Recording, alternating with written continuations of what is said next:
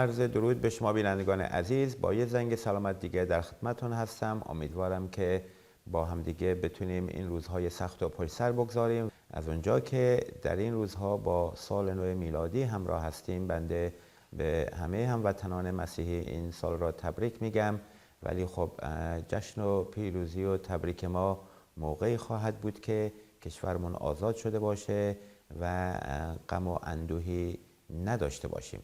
خب این روزها شاهدیم که مرتب اخبار خیلی ناگواری از همه جای ایران به دستمون میرسه. جوانان و زنان عزیزی که به دست این مزدوران وحشی به قتل رسیدن و همچنین عزیزانی که به طور ناجوانمردانه و بدون دادگاه‌های شفاف و عادلانه حکم اعدام گرفتن. حتما همه اطلاع دارید همکاران کادر درمان زیادی را هم تحت فشار قرار دادن و جا داره از همکارمون دکتر حمید قرهحسنلو هم یادی بکنیم و امیدوارم که همه ما به مبارزات ادامه بدیم تا این روزهای سخت به پایان برسه و بتونیم جشن پیروزی را با هم داشته باشیم که امیدوارم دور نباشه. به هر حال از اونجا که در طی این چند ماه اخیر روال برنامه‌های زنگ سلامت رو به خاطر شرایط روز کشور و این انقلاب یک تغییرات جزئی در مباحث اون دادیم، ولی خب عزیزان زیادی هستن که سوالات زیادی را میفرستن و بنده تصمیم گرفتم در این برنامه هم یه سری از سوالات شما عزیزان پاسخ بدم و امیدوارم که با سلامتی بدنی و همت و شجاعت بیشتر بتونیم به مبارزات خودمون ادامه دهیم. در اینجا میرم سوال اولیه شما عزیزان رو میخونم و ببینیم که مشکل این دوستمون چیه. گفتن سلام آقای دکتر، من مشکل دیسک کمر دچار شدم و 3 تا دیسک هایم بیرون زدگی پیدا کردن. چند تا دکتر رفتم گفتن عمل نیاز نیست و چند تا حرکت ورزشی به من دادن و چند تا آمپول و قرص ضد التهاب. مدت 1 ماهی از این موضوع میگذره و هنوز خوب نشدم و رفتم فیزیوتراپی، دستگاه اولتراسونیک زد به کمرم 2 جلسه، دیدم بدتر شدم، نرفتم.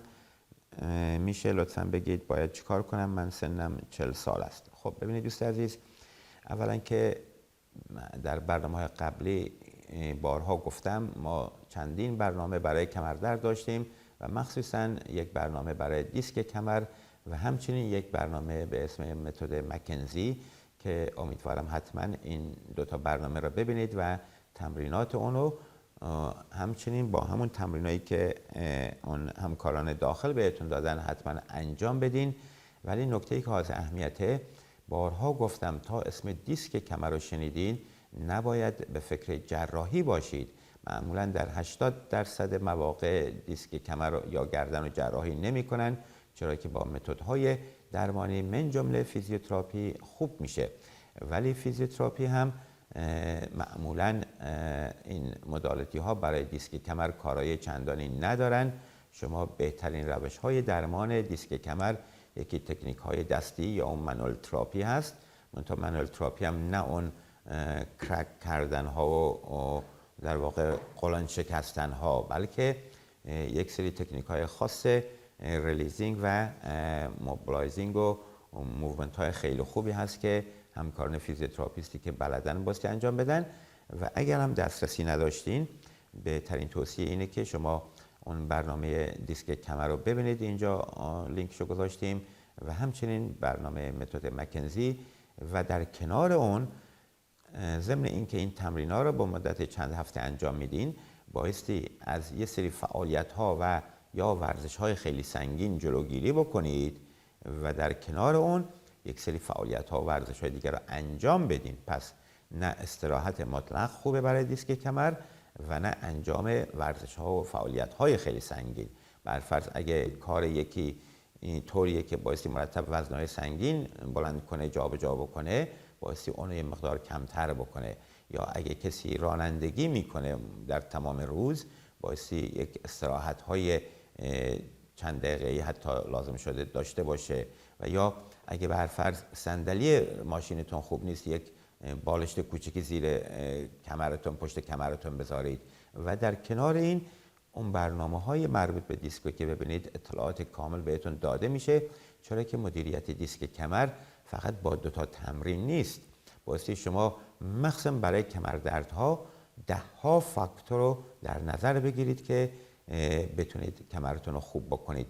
از این فاکتورها میشه به عنوان مثال از درمان‌هایی که دریافت میکنید، نوع تمرین‌ها و همچنین نحوه زندگی شما، کار شما، ورزش‌های شما و همچنین روح و روان شما که بعضیا وقتی استرس به طور مثال خیلی بالا باشه کمر خیلی دیر خوب میشه. اینه که برای مدیریت کمردرد و مخصوصا دیسک کمر شما بایستی مجموعه این اطلاعات رو داشته باشین تا بتونید که درمان بکنید کمرتون رو. از اونجا که در این روزها همه استرس داریم و با هر خبر این همه ناراحت میشیم، امیدوارم که برای پایین آوردن استرستون روزی حداقل 100 پیاده‌روی بکنید و یا اگه شنا موقعیت شو داریم برین هفته 1-2 دفعه شنا بکنید در استخر، چرا که این نوع ورزش ها باعث میشه هم استرس ما بیاد پایین و هم برای کمردرد خیلی خوب هستن که امیدوارم این توصیه ها به شما کمکی بکنه. خب بیننده دیگه گفتن سلام، وقتتون بخیر. ببخشید برای نرمی مفاصل که ژنتیکی هم باشه چه راهکار برای خوب شدن هست؟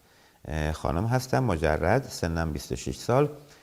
بعد دکتر گفتن که قوز کمر هم داری، باید چه اقداماتی براشون انجام بدم؟ ممنون از شما. خب ببینید، نرمی مفاصل عزیزان یک بیماری نیست و بهترین روش برای نرمی مفاصل یک سری تمرین های ثبات دهنده به مفصل هستند. ببینید، نرمی مفاصل و یا خشکی مفاصل یک موضوعی هست که معمولا ژنتیکیه و تنها دیس ادوانتاژ یا در واقع نکته منفی نرمی مفاصل پایین بودن ثباته و حالا نرمی مفاصل به خودی خود هیچ ضرری برای بدن نداره. پس برای این کارم بایستی شما تمرینات ثبات اون مفصل رو انجام بدین که میتونید به برنامه‌های مربوط به اون در آرشیوها مراجعه بکنید. بر فرض اگه ثبات زانوتون یا نرمی مفاصل زانو دارید، برنامه زانو قسمت دوم و سوم رو انجام بدین. اگه کمره که گفتین گودی کمرم دارید، بایستی برنامه ثبات کمر رو انجام بدین. منتها برای اینکه نتیجه بهتری بگیرید، بر فرض اگه زانو هست، اول تمرینات قسمت اول انجام بدین، بعد قسمت دوم 2-3 هفته بعد و 3-4 هفته بعد قسمت سوم. یا اگه کمر هست، اول که برای گودی کمرتون هم خیلی خوبه تمرین قسمت اول کمر درد و بعد 2-3 هفته تمرین ثبات کمر. برای آرنجشونه همینجور. در قسمت های از بدن که یک پکیج تمرینی ما داریم، اونها رو هم به همون روالی که در برنامه توضیح داده شده، چون تمرین های فیزیوتراپی رو اصول علمی هستن و به طور خیلی اصولی به فشار و نیرویی که به بافت وارد میشه طراحی کردیم که به نتیجه بهتری برسیم. خب در ضمن پیاده روی هم برای شما خیلی خوبه. میتونید در این روزها، دوستان ببینید، بنده چند هفته پیشم اشاره کردم، در این روزها همه ما بایستی به روزی 7-8 هزار قدم پیاده روی روی بیاوریم. یکی از دلیلاش برای سلامتی بدن و دلیل دوم این که شما در خیابان ها باشید. با اون پیاده رویتون میتونید حضورتون رو در خیابان ها نشون بدین و این یعنی ضرر و ضربه زدن به رژیم ستمگر و دیکتاتور. دوست دیگه گفتن خواهش میکنم کمکم کنید، من چند سال از درد ناحیه گردن رنج میبرم. توی باشگاه گردنم آسیب دید با زدن حرکت اشتباه و سنگین. از همون موقع نه دکتر رفتم و نه عکس گرفتم. رفتم پیش یه بنده خدایی نزدیک حرم توی مشهد گفت از گردنت عکس بگیر بفرست برای این دکتر ببینه، بعد بهت یاد میده و با تمرین و حرکاتی درست بشه گردنت. بیننده عزیز، ببینید شما اولا که کاش میگفتین چند وقت از این مشکل گذشته، از اونجا که دکتری و یا متخصصی مراجعه نکردین نشون میده که درد خیلی شدیدی نداشتین و همچنین نشون میده که شکستگی چیزی هم احتمالاً نیست. به همین خاطر من توصیه میکنم شما تمرین های ناحیه گردن و شونه را انجام بدین و اینها باعث میشن هم تنشن و خشکی در ناحیه گردن و شونتون بیاد پایین و همچنین آسیبتون بهتر بشه. متاسفانه بدون معاینه و اینکه اشاره نکردین دقیقاً کجای گردن شونتون درد میکنه بنده نمیتونم اطلاعات دقیقی بهتون بدم، ولی وقتی سوال میپرسید یا میفرستید دقیقاً اشاره بکنید چه مدت از این آسیب گذشته، کجا دقیقاً درد میکنه و چه نوع دردی دارین. آیا دردیه که فقط در یک قسمته یا میره بالا پایین، یا دردیه که تیز و تند و مثل چاقو زدن، سوزن زدن، یا نه کوفتگیه و یا دردهای مختلف دیگه‌ای که خودتون تجربه میکنین. به هر حال به نظر نمیاد چیز مشکلی وخیمی داشته باشیم، ولی در موقع ورزش و تمرین هم بایستی توجه بکنید که بنده در ماه شاید چندین نفر مراجعه میکنن که به خاطر انجام اشتباه تمرین دچار آسیب شدن. اینه که تمرین ها رو همیشه اگه میخواین اطلاعات علمیتون بره بالا به تمرین های آرشیو ما مراجعه بکنید و اونها رو انجام بدین، چرا که نحوه گرم کردن بدن، نحوه انجام تمرین و برای همه بدن ما الان تمرین داریم در آرشیومون و همچنین نحوه سرد کردن بدن و ادوایز و توصیه های کلی برای اینجور مسائل بهتون توضیح داده میشه که امیدوارم شما هم مراجعه بکنید و تمرین های شونه و گردن انجام بدین. در ضمن برای همچین مسائلی اگر 2-3 هفته گذشته دیگه گرما و یا مثلا یک کیسه آب گرم بزنین رو شونتون و یا سونا و یا استخر خیلی میتونه کمک بکنه. دوست دیگه گفتن سلام آقای دکتر، پسرم 7 سال و نیمه هست، براش بیماری میاستنیک مادرزادی تشخیص دادن، بدنش خیلی نرم هست و چرخش مچ پا به سمت داخل داره، کفش طبی زیر نظر ارتوپد استفاده میکنه، لطفاً بفرمایید چه نرمش های انجام بده، ممنون میشم، ساکن ایران هستم و واقعا نیازمند کمک شما بزرگوار هستیم. ببینید دوستان، بارها توضیح دادم برای بچه ها تا سنین 7-8 ساله زیاد جای نگرانی نیست. حالا برای شخص سال شما منظورم نیست، ولی به طور کلی اینو توضیح دارم میدم. بچه ها مفاصلشون نرمه و تا سنین بلوغ که شروع میکنن مفاصل مایچه ها قدرت بیشتری پیدا میکنن، مفاصل فرم اصلیشو میگیره، معمولا جای نگرانی زیاد نیست. ولی وقتی کسی هم همچین مشکلی داره، شما کفش طبی گفتین استفاده میکنید، زیر نظر ارتوپد بوده و مچ پاش هم با اون کفی که بهش دادن در طول زمان تصحیح پیدا میکنه و معمولا برای همچین شرایطی شما ببینید که بچه چی دوست داره.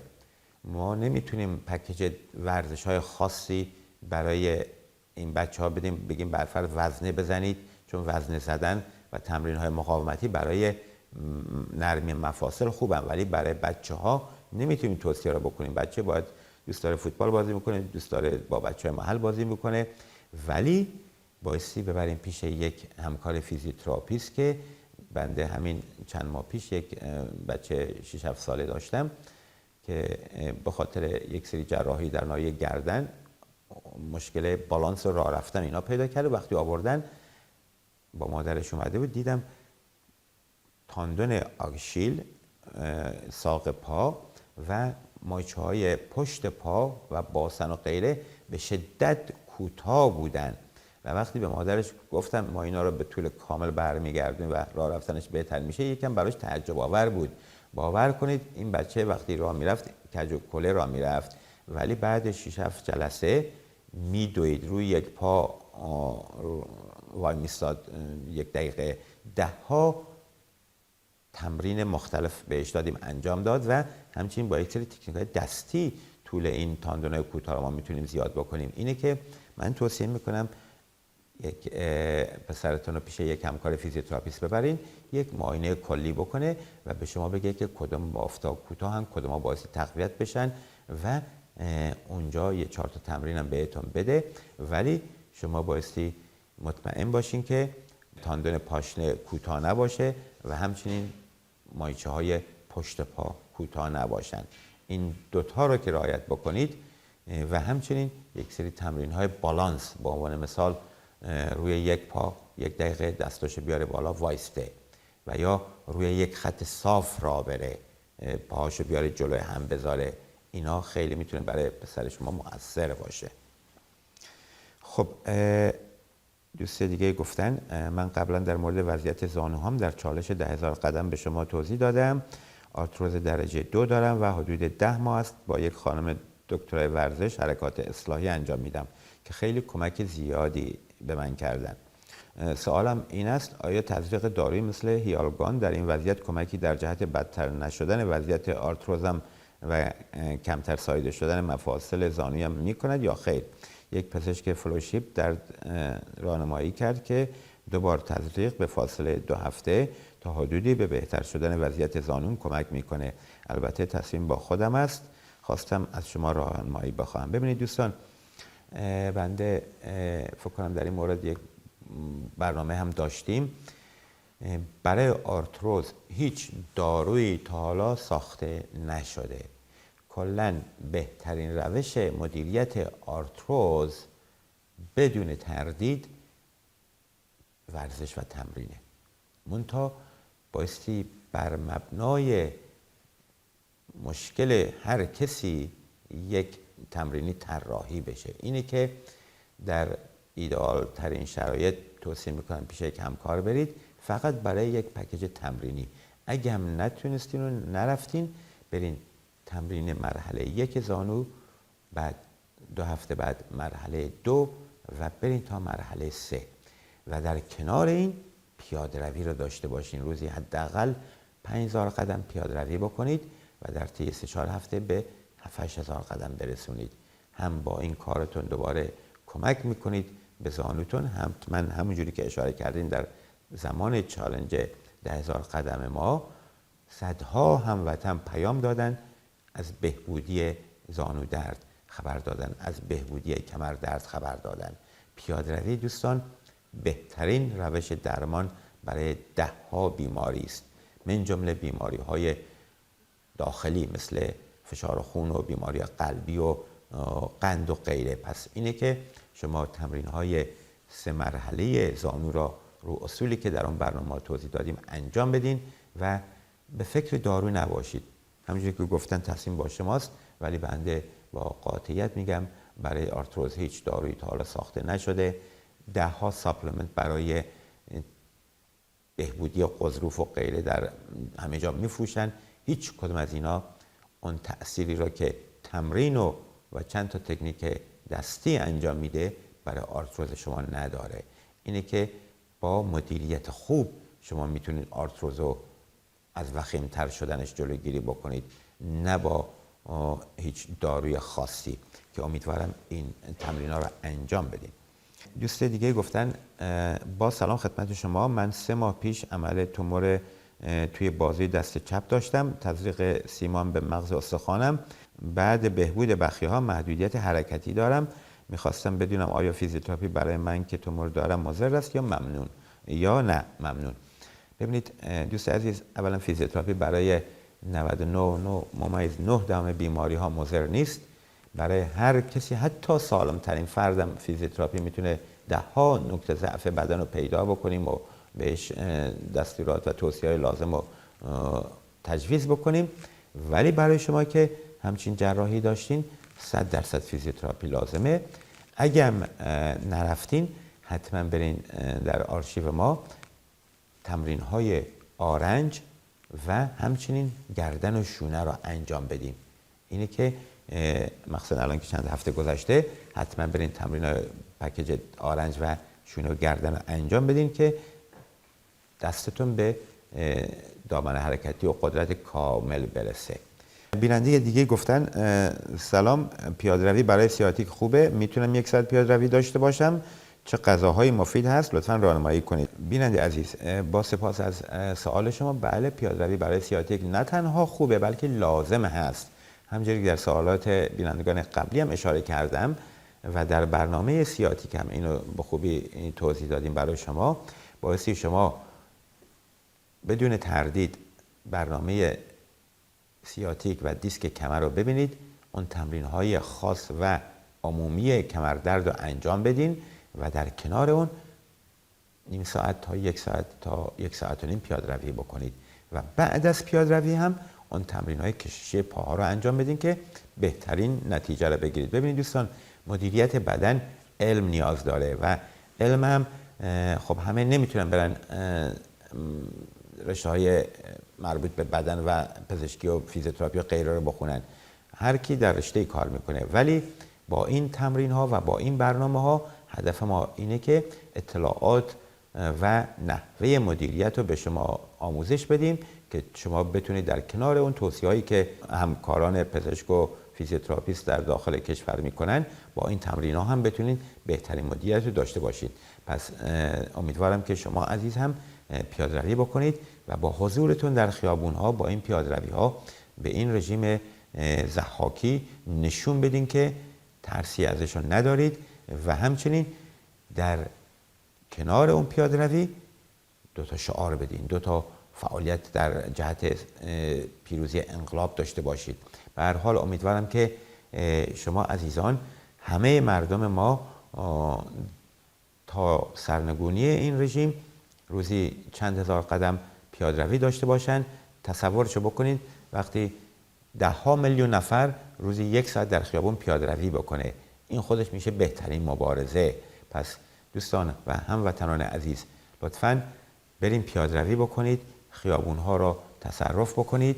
با این پیاده‌رویتون میتونید هم خیابون‌ها را پر بکنید و هم روحیه بدین به سایر مبارزین این انقلاب. در اینجا ما به پایان این برنامه میرسیم. امیدوارم که در این ایام سال نو میلادی هموطنانی که این سال را جشن میگیرن سلامت باشن و ما مردم ایران هم جشن ما موقعی خواهد بود که این رژیم را شکست داده باشیم و اون موقع جشن و پیروزی اصلی ما شروع خواهد شد. به هر حال بایستی همه با هم دیگه تلاش بکنیم تا این پیروزی به دست بیاد. تا برنامه بعد و هفته بعد شما را به خدا میسپارم با آرزوی پیروزی و سرافرازی ایران.